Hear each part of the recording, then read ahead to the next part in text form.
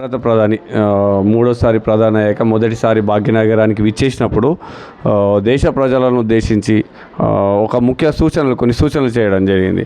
వాటిపైన కాంగ్రెస్లో వితండవాదం చేస్తుందని చెప్పేసి అంటున్నారు. వాటిపైన మీ అభిప్రాయం ఏంటి? అందరికీ నమస్కారం. నా పేరు హరీష్.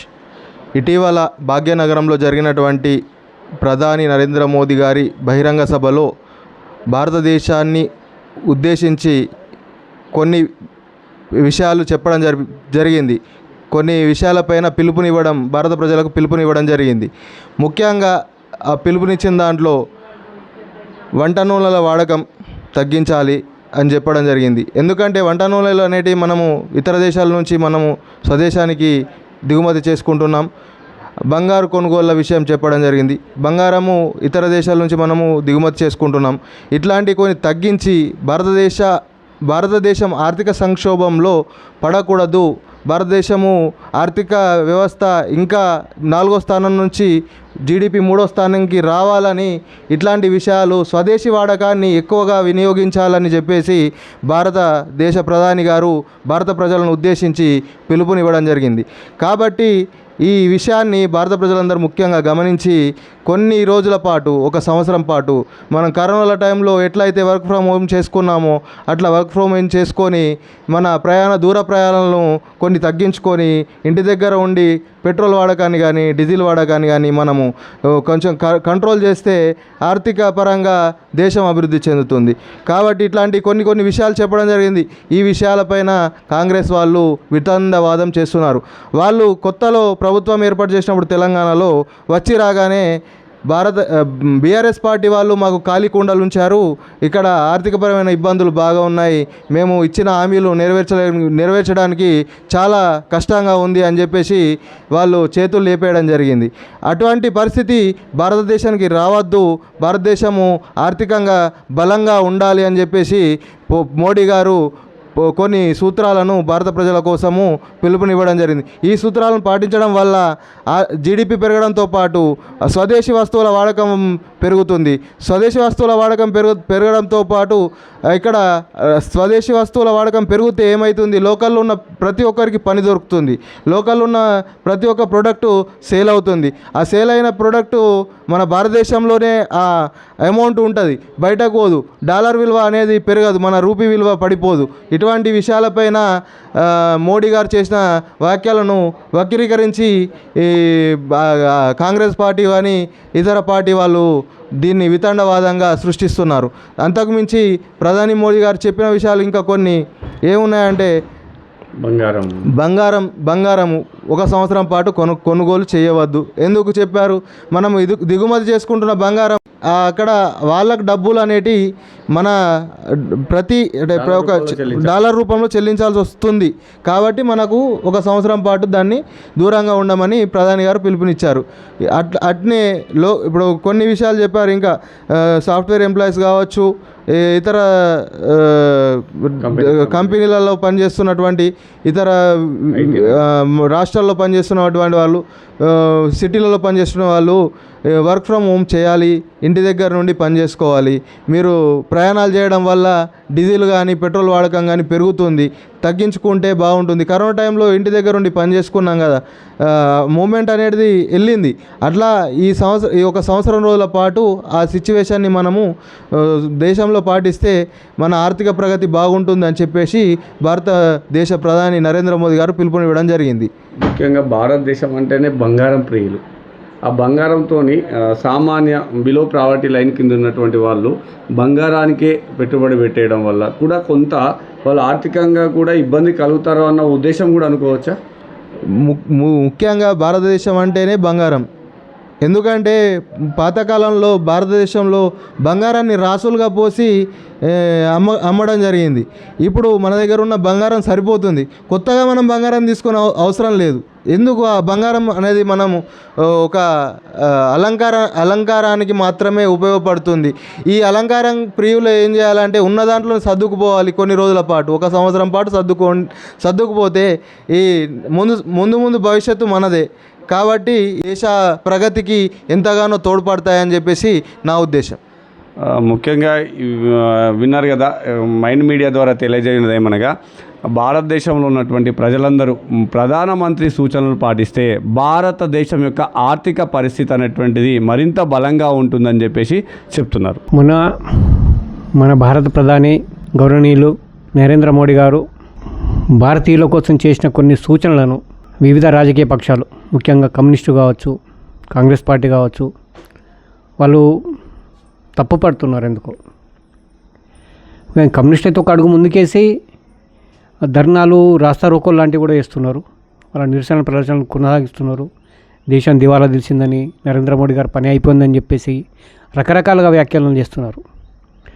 అయితే ఒక్కసారి మనం గత చరిత్రను కూడా చూసుకుంటే యుద్ధ సమయంలో అప్పటి ప్రధాని జవహర్లాల్ నెహ్రూ లాల్ బహదూర్ శాస్త్రి కావచ్చు, ఇందిరాగాంధీ గారు కావచ్చు, ఆనాడు కూడా చెప్పారు బంగారాన్ని కొనుగోలు తగ్గించమని, విదేశీ మారక నిల్వలు పెంచుకోవాలని, వాటిని ఖర్చు చేయకూడదని, ప్రమాదకర స్థాయిలో విదేశీ నిల్వలు ఉన్నాయని చెప్పేసి ఆనాడు చెప్పి దేశ ప్రజలను ఒప్పించడం జరిగింది.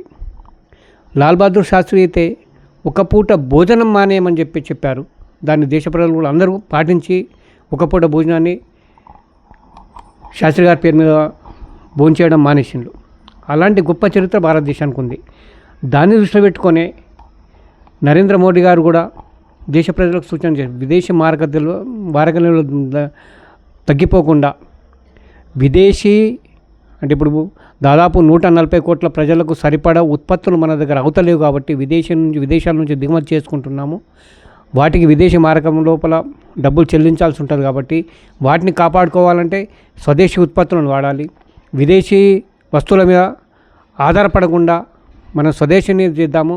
విదేశీ నుంచి మనం ఇప్పుడు చేయలేని వాటి గురించి కూడా మనం వాటిని కాపాడుకుంటూ చేస్తేనే మన దేశం మనం భవిష్యత్తులో మరింత ముందుకెళ్ళగలుగుతామన్న సూచన చేశారు తప్పితే వేరే ఉద్దేశం. కానీ దాంట్లో అది నారలు తీసే పని మీద ముఖ్యంగా కమ్యూనిస్టులు కావచ్చు, కాంగ్రెస్ పార్టీ కావచ్చు, దాంట్లో తీసి అయిపోయిందిగా, నరేంద్ర మోడీ గారు గద్దె దిగిపోవాలా, గద్దె దిగేంత వరకు ఇది కాదు అని చెప్పడం అనేది హాస్యాస్పదంగా ఉంది. దేశం ముందుకు పోవాలంటే దేశ పెద్దగా దేశ ప్రజలకు దేశ ఆర్థిక వ్యవస్థ మీద ఖచ్చితంగా సూచనలు చేయాల్సి ఉంటుంది. వారి నుంచి ఏం కావాలో కోరుకోవాల్సిన కూడా అవసరం ఉంటుంది. అదేవిధంగా ఆయన ఒక కుటుంబ పెద్దగా దేశ ప్రజలందరికీ కూడా సూచనలు చేశారు. మనం విదేశీ మారక నిల్వలను కాపాడుకోవాలని, విదేశాల నుంచి దిగుమతి అయ్యే ఎరువులు కావచ్చు, బంగారం కావచ్చు, పెట్రోల్ కావచ్చు తక్కువ మోతాదులో వాడుకోవాలని చెప్పి సూచన చేశారు తప్పితే దీంట్లో వేరే ఉద్దేశం ఏం లేదు. అయినా కూడా కాంగ్రెస్ పార్టీ దీంట్లో దురుద్దేశాలను చూసుకుంటూ దేశ ప్రజలకు ఏదో విధంగా నరేంద్ర మోడీకి వ్యతిరేకంగా ఉసిగొల్పే ప్రయత్నం చేస్తున్నది. అయితే ఇప్పటికి కూడా దేశ ప్రజలు ఆయన సూచనలు పాటించడానికి సిద్ధంగా ఉన్నారు. ఎలాంటి విపత్కాల పరిస్థితులను కూడా ఎదుర్కోవడానికి భారతీయ ప్రజలు సిద్ధంగా ఉన్నారు. ఆ దిశలోనే ప్రభుత్వం పనిచేస్తారని చెప్పేసి ఆశిస్తూ వారికి మరింత మద్దతుగా ఉంటారని చెప్పి నేను ఆశిస్తున్నాను. నా పేరు డాక్టర్ ఏ విజయ్ గోపాల్, ఆదిలాబాద్. మొన్న మే 10వ తారీఖు 2026 మన గౌరవ ప్రధానమంత్రి గారు హైదరాబాద్కు రావడం జరిగింది. వారి యొక్క పర్యటన సందర్భంగా దేశాన్ని ఉద్దేశించి ప్రజానీకానికి ఒక 7 సలహాలు ఇవ్వడం జరిగింది. అది మన ఆర్థిక వ్యవస్థను బలోపేతం చేయడమే కాకుండా మనము ప్రపంచ స్థాయిలో కూడా పోటీని ప్రస్తుత పరిస్థితుల్లో ఉన్నటువంటి విపత్కాల పరిస్థితులను ఎదుర్కొనే విధంగా వారు సలహాలు ఇవ్వడం జరిగింది. అందులో మొట్టమొదటిది ఏం కదంటే బంగారము మనము తక్కువగా కొనుగోలు చేయడం. ఎందుకంటే మనం ఏవైతే బంగారము దాదాపు మన దేశము కొనుగోలు చేసేటటువంటి బంగారము మొత్తం కూడా విదేశం నుండి వస్తుంది. సో ఆ విదేశీ చెల్లింపులు అనేటువంటివి డాలర్ రూపంలో మనము చెల్లింపవలసిన అవసరం ఉంటుంది. మనం ఎప్పుడైతే డాలర్లో చెల్లింపు చేయడం జరుగుతుందో మన యొక్క దేశ కరెన్సీ యొక్క విలువ తగ్గుతూ పోతుంది. ఎందుకంటే డాలర్ విలువ పెరుగుతుంది. దాని ద్వారా ఏమవుతుందంటే మన దేశంలో ఉన్నటువంటి ఫారెన్ ఎక్స్చేంజ్ కరెన్సీ అనేటువంటిది ఆ నిల్వలు తగ్గుతూ పోతున్నాయి.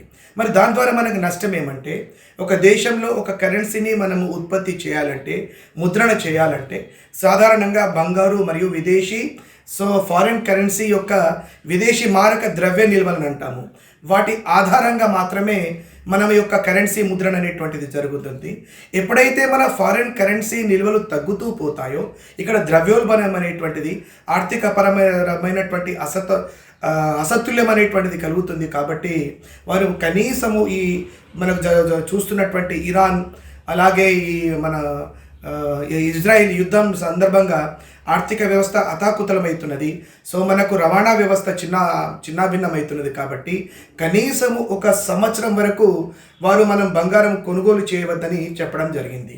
ఇక ముఖ్యమైన రెండవ సలహా ఏమంటే మనకు పెట్రోల్ని తక్కువ వినియోగించడం, డీజిల్ ఈ యొక్క రవాణాకు సంబంధించినటువంటి మనం ఉపయోగించే డీజిల్ పెట్రోల్ని తక్కువగా ఉపయోగించడము, ప్రజా రవాణాని ఎంకరేజ్ చేయమంటున్నారు. ఇప్పుడు మనం చూస్తాం ఉద్యోగులు, సాఫ్ట్వేర్ ఉద్యోగులే కానీ, ప్రొఫెషనల్ ఉద్యోగులే కానీ, లేదా అధికారులే కానీ చాలామంది ప్రజా రవాణాను ఉపయోగించకుండా వ్యక్తిగతంగా వాహనాలను ఉపయోగించడం జరుగుతుంది. మనం ఎప్పుడైతే ఉపయోగించేటటువంటి డీజిల్ కానీ పెట్రోల్ కానీ అది మన దేశంలో ఉత్పత్తి కాదు, అది మనకు విదేశం నుండి వస్తున్నది. మనం ఎప్పుడైతే విదేశీ మనం నుండి కొనుగోలు చేస్తున్నామో సో తప్పకుండా మళ్ళీ మనకు అంతర్జాతీయ కరెన్సీ అయినటువంటి డాలర్ రూపంలోనే చెల్లింపు చేయవస్తుంది. కాబట్టి ఆ డాలర్లు కొనుగోలు చేయాలంటే మన కరెన్సీ అయినటువంటి రూపాయలలో మనం చెల్లింపు చేయాలి. కాబట్టి ఆ విధంగా వారి యొక్క మళ్ళీ ద్రవ్యోల్బణం పైన ప్రభావం చూపెట్టి మన ఆర్థిక వ్యవస్థ చిన్నాభిన్నమవుతుంది. ఒక సామెత ఉంది, prevention is better than cure అంటాము. చేతులు కాలినాక ఆకులు పట్టుకునే దానికంటే మన పూర్తిగా ఆర్థిక వ్యవస్థ చిన్నాభిన్నము కాకముందే ప్రతి ఒక్కరు ఒక సామాజిక బాధ్యతగా మనమందరం కూడా మన దేశ అభివృద్ధికి మనమందరం కూడా పాలు పంచుకోవాలనేటువంటి ఉద్దేశంతో వారు ఈ సలహాలను మనకు ఇవ్వడం జరిగింది. కాబట్టి ప్రజానికం ఏం చేయాలి కదంటే ఒక ఈగోకు పోకుండా తమకు సంబంధించినటువంటి వ్యక్తిగత రవాణాను మనము ఉపయోగించుకోకుండా ప్రజా రవాణాను మనము పాటిస్తే సో తప్పకుండా ఈ పెట్రోల్ ఉత్పత్తుల్ని మనం తక్కువగా వినియోగించుకొని సో మనకు కొనుగోలు అనేటువంటి దిగుమతులు అనేటువంటి తగ్గుతూ పోతుంది. అది కాకుండా మనకు ముఖ్యమైనటువంటిది అగ్రికల్చర్ రిఫార్మ్స్ అన్నారు.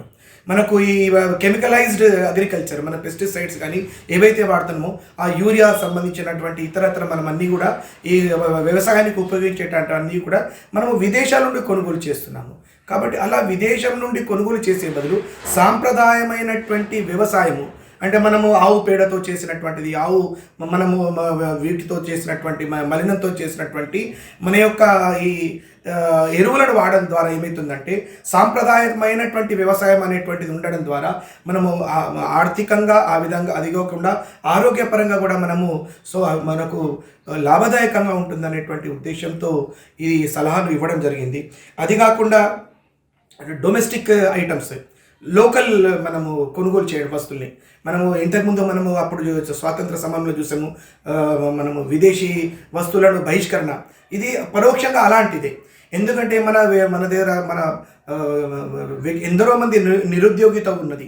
మనము విదేశీ వస్తువులు కొనుగోలు చేస్తే ఇక్కడ ఉత్పత్తి చేసినటువంటి సరుకులను మనం కొనుగోలు చేయకపోవడం ద్వారా మన యొక్క ఉత్పత్తిదారులకు, మన దేశ ఉత్పత్తిదారులకు మనకు ఆర్థిక సమస్యలు అనేటువంటివి కలుగుతున్నాయి. కాబట్టి సో మేక్ ఇన్ ఇండియా అలాగే మన దేశంలో ఉత్పత్తి చేసినటువంటి ఈ వస్తువులనే కొనుగోలు చేయాలనేటువంటి ఉద్దేశంతో చెప్పడం ద్వారా మనకు ఇలాంటి మళ్ళీ ఇంకొకటి ముఖ్యమైనటువంటిది వర్చువల్ మీటింగ్ అంటాము. ఎందరో మంది మనం వ్యక్తిగతంగా మీటింగ్స్ ఈ ఆర్గనైజేషన్లు సంస్థలు అనేటువంటివి నిర్వహిస్తున్నవి. దాని ద్వారా రవాణా అనేటువంటిది ఉపయోగించుకుంటున్నాము. ఎలక్ట్రిసిటీ కన్జంప్షన్ అవుతుంది. మనకు రిక్రియేషన్స్ కొరికి అక్కడ మనము వివిధ రకాలైనటువంటి మనము తినుబండరాలను ఉపయోగిస్తున్నాము. అది కాకుండా మనం ఒక వర్చువల్గా మనం ఇంతకుముందు ఆన్లైన్లో కరోనా టైంలో ఉన్నటువంటి విధంగా ఆన్లైన్లో చేస్తే ఇలాంటి దుబారా ఖర్చులన్నింటినీ కూడా మనము తగ్గింపు చేసుకొని పరోక్షంగా ప్రత్యక్షంగా మన ఆర్థిక వ్యవస్థకు, మన ఆర్థిక వ్యవస్థ బలోపేతానికి మనం కృషి చేసిన వారుగా అవుతామని వారు ఆకాంక్షించడం జరిగింది. కాబట్టి ప్రతి పౌరుడు దానిని మనం ఒక పాజిటివ్గా అర్థం చేసుకొని దేశాభివృద్ధికి పాటుపడాలని నేను కోరుతున్నాను. జై హింద్, జై Bharat. Mind Media, the voice of India.